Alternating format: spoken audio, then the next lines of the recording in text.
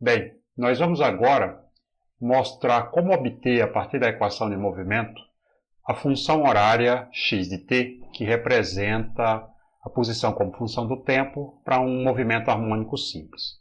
A maneira como nós vamos obter essa solução é uma maneira geral para resolver equações diferenciais ordinárias e coeficientes constantes e, portanto, é apenas um material optativo para aqueles que quiserem ver como essa solução é obtida sem a necessidade de empregar essa técnica nas soluções dos problemas que envolvem esse tipo de movimento em nosso curso, ok?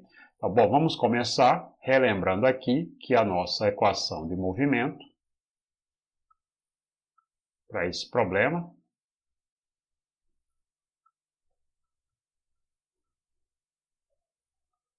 é obtida através da segunda lei de Newton, escrevendo massa vezes a aceleração, né? A gente tem um movimento unidimensional, então a aceleração está na direção x igual a força, que, como se trata da lei de Hooke, é menos kx.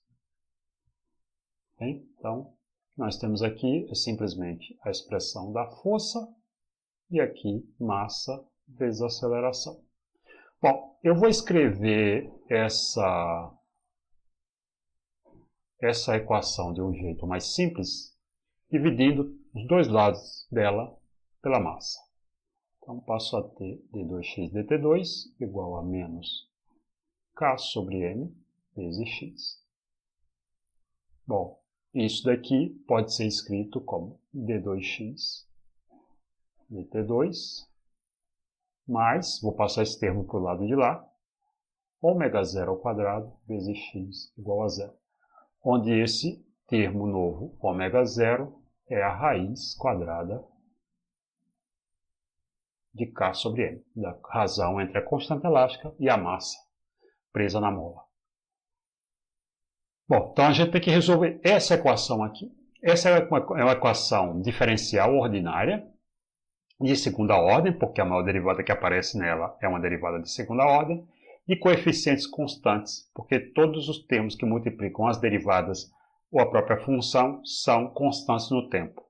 Bom, uma solução de uma equação assim, de uma EDO de coeficientes constantes, sempre pode ter a seguinte cara.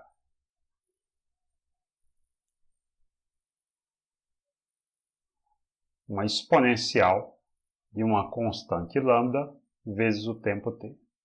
Bom, se eu admito que essa função resolve essa equação aqui, então eu vejo o seguinte, que ao derivar essa função uma vez, né, derivar a exponencial com relação ao tempo, então a derivada do argumento com relação ao tempo é lambda vezes a exponencial, e uma segunda derivada, novamente, eu teria que derivar apenas a exponencial, que é onde está o tempo. Ao derivar essa exponencial, derivo o argumento dela e multiplico pela própria exponencial, então cai mais uma vez um lambda, lambda quadrado, exponencial de lambda t. Bom, substituindo isso na equação que eu quero resolver, então eu fico com lambda quadrado, exponencial de lambda t, mais ômega zero ao quadrado, exponencial de lambda t, igual a zero. Eu posso colocar em evidência esse fator exponencial e ficar com essa equação. E a única maneira dessa equação ser verdadeira, ou seja, desse produto ser zero para qualquer instante de tempo, é se esse termo aqui for zero. Então, nós temos a chamada equação característica para resolver, que me dá essa relação aqui. Então, isso significa que o lambda quadrado é igual a menos ômega zero ao quadrado, como esse valor está ao quadrado, e esse aqui também é ao quadrado.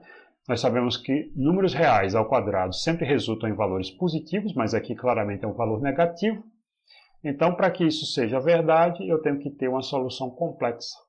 O lambda vai ser mais ou menos a raiz quadrada de menos ômega zero ao quadrado, que é a mesma coisa aqui, mais ou menos a raiz quadrada de menos 1 vezes ômega zero ao quadrado, que eu posso escrever como mais ou menos a raiz quadrada de menos 1 vezes a raiz quadrada de ômega zero ao quadrado, que é igual a mais ou menos, a raiz quadrada de menos 1 é o número imaginário puro i, e a raiz quadrada de ômega zero ao quadrado é ômega zero. Então, eu tenho dois valores para lambda que satisfazem uma solução como aquela, e, portanto, eu tenho, a princípio, dois tipos de soluções.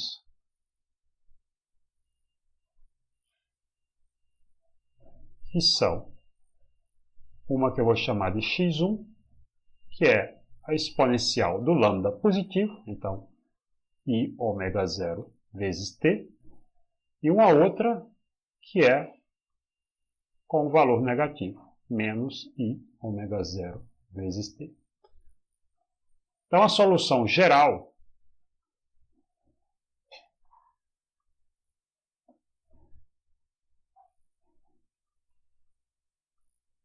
é obtida como uma combinação linear dessas duas aqui.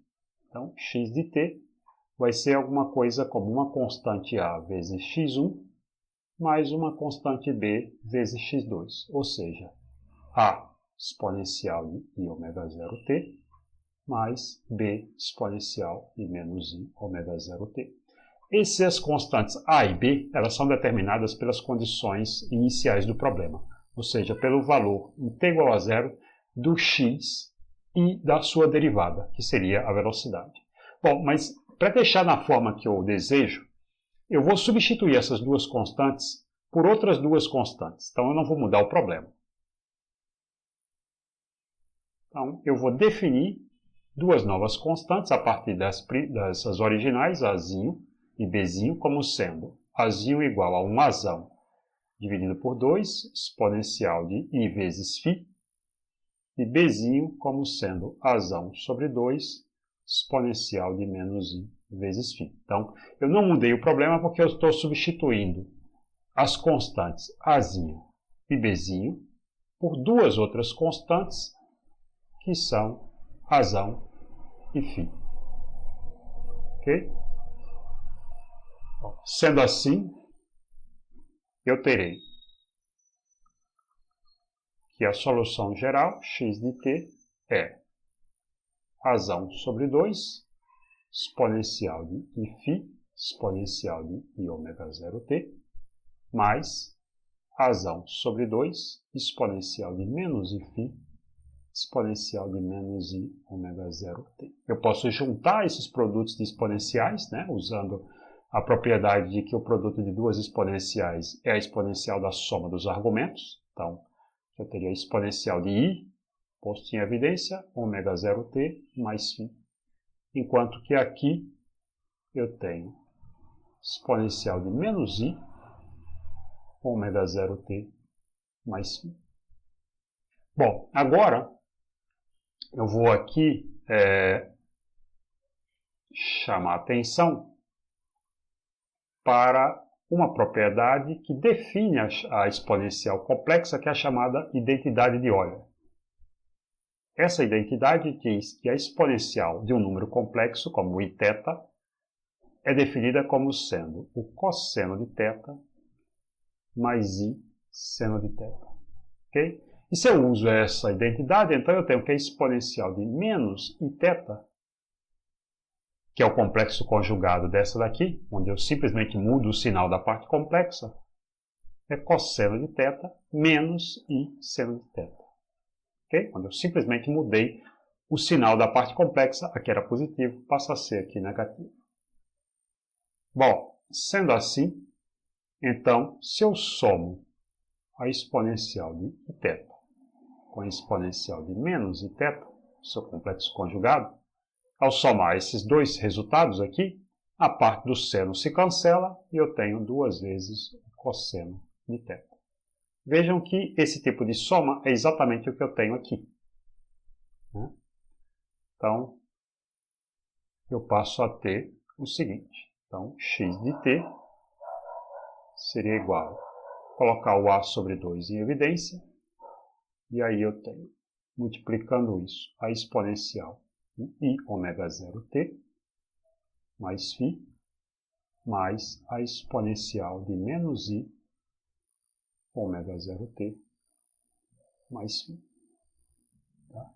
Se esse argumento aqui cumpre o mesmo papel do θ, que é aqui, então essa soma, como a minha identidade mostra,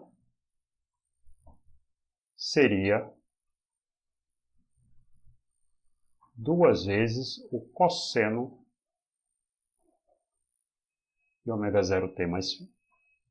E, portanto, o que eu tenho aqui é A cosseno de ômega 0t mais φ, expressão que nós procurávamos e que determina a função horária para o movimento harmônico simples, como nós tínhamos anunciado antes.